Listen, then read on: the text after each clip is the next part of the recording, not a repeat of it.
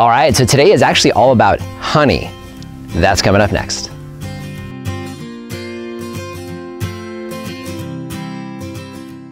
Hello everyone, this is Dwayne with Edge of Nowhere Farm, and we're coming to you here this morning on a balmy, really warm late July morning. It's Saturday morning, very end of July here in 2018, and we're continuing a little series we have on figs. So we wanted to wrap up that, show you our last variety of fig that we have growing here on the farm.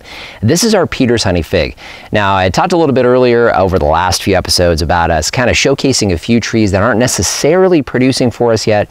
However, they're really cool trees, and we wanted to kind of share our different varieties that we have with you.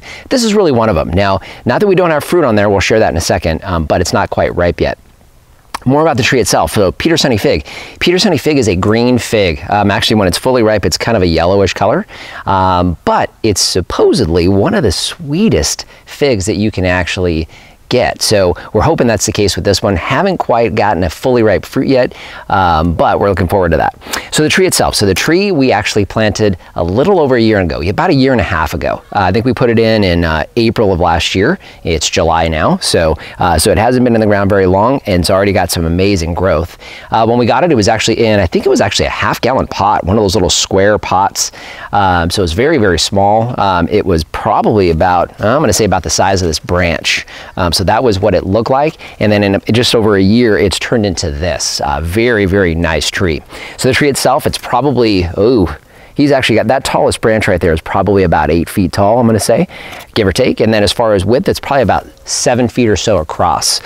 So it's pruning. Now, I do have this up against a wall. This wall is our east-facing wall. So we're first thing here in the morning. Got a little bit of cloud cover, but I'm looking right at the sun, essentially. So this thing gets baked during the day. This whole wall does. Not as bad as our west-facing wall, which gets that hot, blazing afternoon sun, but it does get a lot of sun all day. Nothing to protect it, and it is pretty close to the wall. So the tree itself, we actually have a few trees along this little path here. So what we're doing with these trees is actually we're doing kind of an espalier or espaliered type of growth is kind of the growth pattern we're looking for on this tree. So when I went through this winter, I did prune it back. Didn't show that to you this year, but I may do that this winter. But what I did was I pruned the back side of this off so it's more flat in the back so it doesn't push up against the wall. And then we have to let the growth kind of come out this way. The pathway that we have this whole section along is probably about, I don't know, 6 to 7 feet wide, and it's probably about 2 to 3 feet from the wall to kind of give you an idea as far as distance. So back to the tree. So again, the tree itself, just over a year old, has put on a lot of fruit. In fact, last fall we got some fruit off of this. Tried a couple pieces and they were really kind of dry and pithy, so really not maturing. But if Lori wants to squeeze in, you'll kind of see, and we've had a lot of fruit already drop. One other thing you'll notice too, before we talk about the fruit, is the leaves. So you'll see these leaves kind of getting dry and curly. Very common this time of year.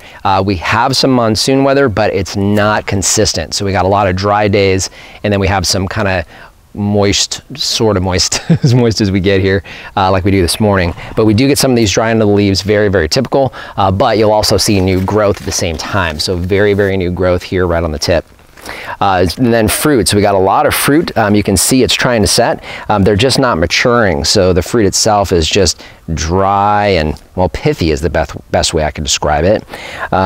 So none of them are actually completely ripening like our brown turkeys and our blackjacks are, but lots and lots of figs. So it's still putting on a lot of fruit.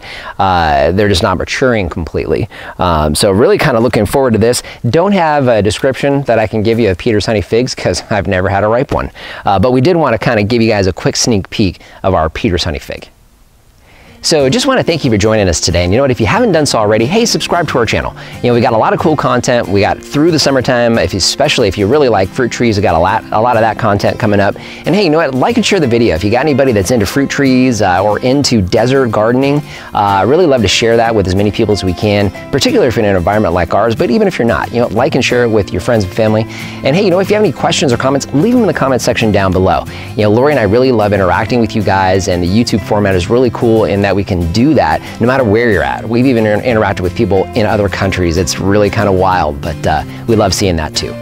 So just want to thank you for joining us today and remind you, if we can farm on the edge of nowhere, so can you.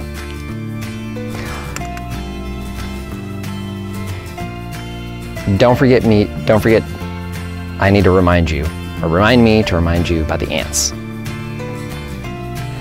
Okay, so today is all about honey. That's coming up next. I'm not sure why I pointed that way. Let's do that again.